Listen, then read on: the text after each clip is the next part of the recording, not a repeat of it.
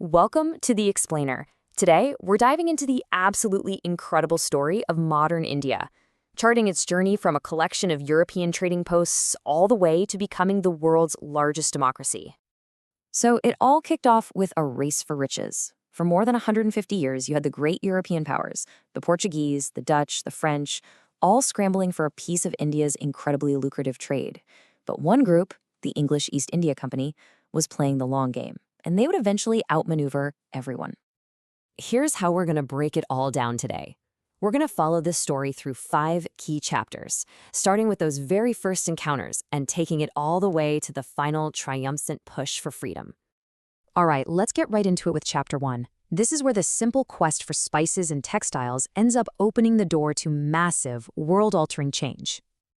This single event, Vasco da Gama's ship landing in India, it was so much more than just opening a new sea route.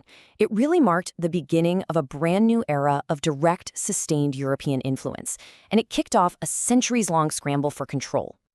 Okay, so let's jump ahead. How did the English East India Company go from being just one of many trading outfits to a political and military force to be reckoned with? Let's find out. These 2 battles, right here, were absolute game changers. Think of the Battle of Plassey as the move that put the British firmly on the political map, but it was the win at Buxar just 7 years later that was the real checkmate. That's what cemented their undisputed military dominance in the region. But this takeover wasn't just about winning on the battlefield. The British were masters of political strategy, and it was often pretty coercive.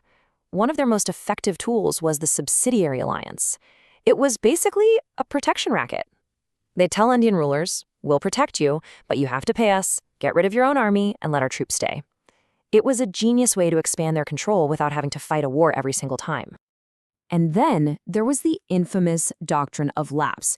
Now, a lot of people saw this for what it was, a predatory land grab. The rule was simple. If a ruler died without a direct male heir, the British would just annex their entire state. As you can imagine, this policy just created massive resentment among the Indian rulers.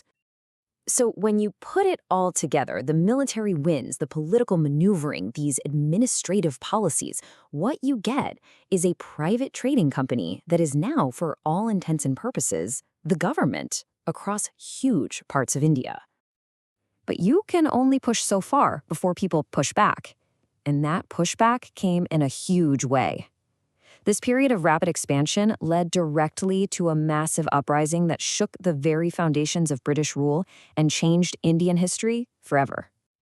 Now, this was not just some isolated mutiny. It was a widespread firestorm, with incredible charismatic leaders like Rani Lakshmibai and Kunwar Singh rising up all across northern and central India.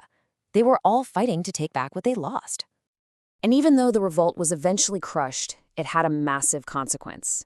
It was the end of the line for the East India Company. The British government stepped in, dissolved the company, and took direct control. So the era of the Governor-General was over, and the era of the Viceroy, a direct representative of the Queen, had begun. So in the aftermath of all that chaos and violence, something new began to stir, a kind of national awakening.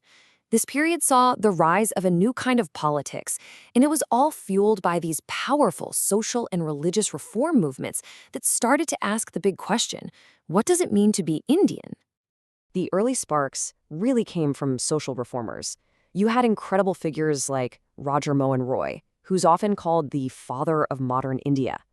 He challenged long-held traditions like sati and the caste system, really pushing for a modern outlook based on reason. Then you had others like Dayanand Saraswati who took a different approach.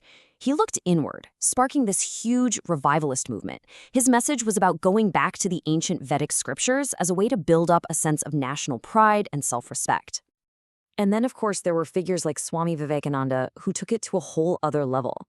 He blended Indian spiritualism with social service and presented this new, confident vision of Indian philosophy to the entire world. So all of this new thinking, this cultural energy, it needed a political voice. And it got one in 1885 with the creation of the Indian National Congress.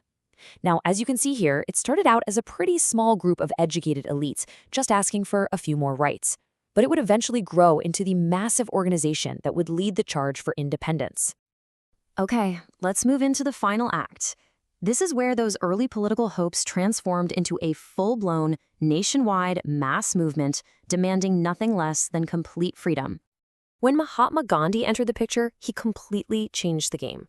He brought this powerful new weapon to the fight, satyagraha, or nonviolent resistance. And you can see his strategy escalating right here. He starts local in 1917, builds it up into nationwide movements, and by 1942, it's a clear, final demand: quit India. But this path was anything but smooth. It was marked by moments of just brutal repression, like the Jallianwala Bagh massacre, and oppressive laws that allowed for imprisonment without trial. And every time the British tried to calm things down with some limited reform, like sending an all-white commission to decide India's future, it was seen as an insult. Every one of these events just added more fuel to the fire for freedom. And this is a brilliant reminder that alongside Gandhi's nonviolence, there were other powerful voices. You had leaders like Subhash Chandra Bose, who believed in freedom by any means necessary, representing a very different, more militant stream of the independence struggle. After all those decades of struggle, the end came with breathtaking speed. Great Britain, weakened by World War II, finally came to the negotiating table. And in less than 2 years, the subcontinent was partitioned, and India finally achieved its hard-won independence. So freedom was finally a reality. But now came the monumental task of actually building a nation. The leaders of this new country came together to forge a new identity, and the result was one of the world's most detailed and ambitious constitutions. When you trace this incredible journey from a company's colony all the way to the world's largest democracy, it really makes you think. It shows that building a nation isn't just about struggle. It takes immense social reform, it takes fierce debate, and most of all, it takes a powerful, unifying vision for the future.